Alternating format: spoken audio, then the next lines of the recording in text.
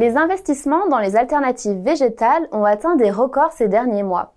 Plus de 2 milliards de dollars ont été levés par des startups à travers le monde depuis 2020, tandis que les lancements de produits se sont multipliés en France, à l'image de Nourish de Bell, Munda de Nestlé ou encore Vivre Vert de Savencia. C'est le constat réalisé par l'étude Xerfi Precepta intitulée « Les opportunités stratégiques des acteurs de l'alimentation végétarienne et végane ». Une étude qui se penche sur les perspectives du marché français et mondial des alternatives végétales à l'horizon 2025. Pour autant, une analyse fine des différents marchés met en lumière des failles dans les scénarios de croissance les plus optimistes.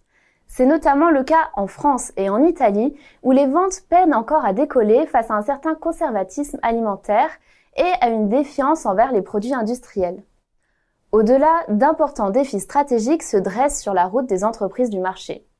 Il s'agit notamment d'élargir le socle de consommateurs au-delà des végétariens, de rassurer les consommateurs sur la composition des produits, d'améliorer la compétitivité prix et hors prix des produits, ou encore d'anticiper la concurrence des viandes cultivées dites in vitro. Selon l'étude, pour libérer tout le potentiel de ce marché, les acteurs devront aussi adopter une stratégie de prix cohérente avec les objectifs fixés, réinventer le storytelling autour des protéines végétales, structurer la filière et peser davantage sur le débat public. Dans ce contexte, quel est le réel potentiel du marché d'ici 2025 ?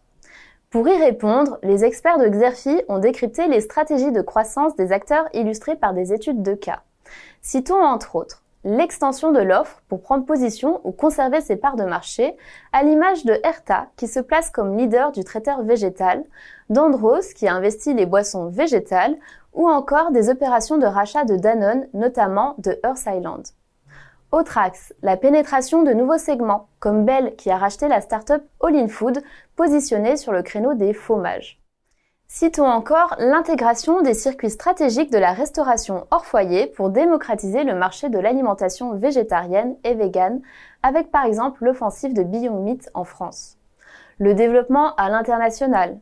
Et enfin, l'utilisation des marques de distributeurs ou MDD comme levier pour démocratiser l'offre et capter davantage de valeur, comme en témoignent les nombreux lancements de Carrefour Veggie en 2021.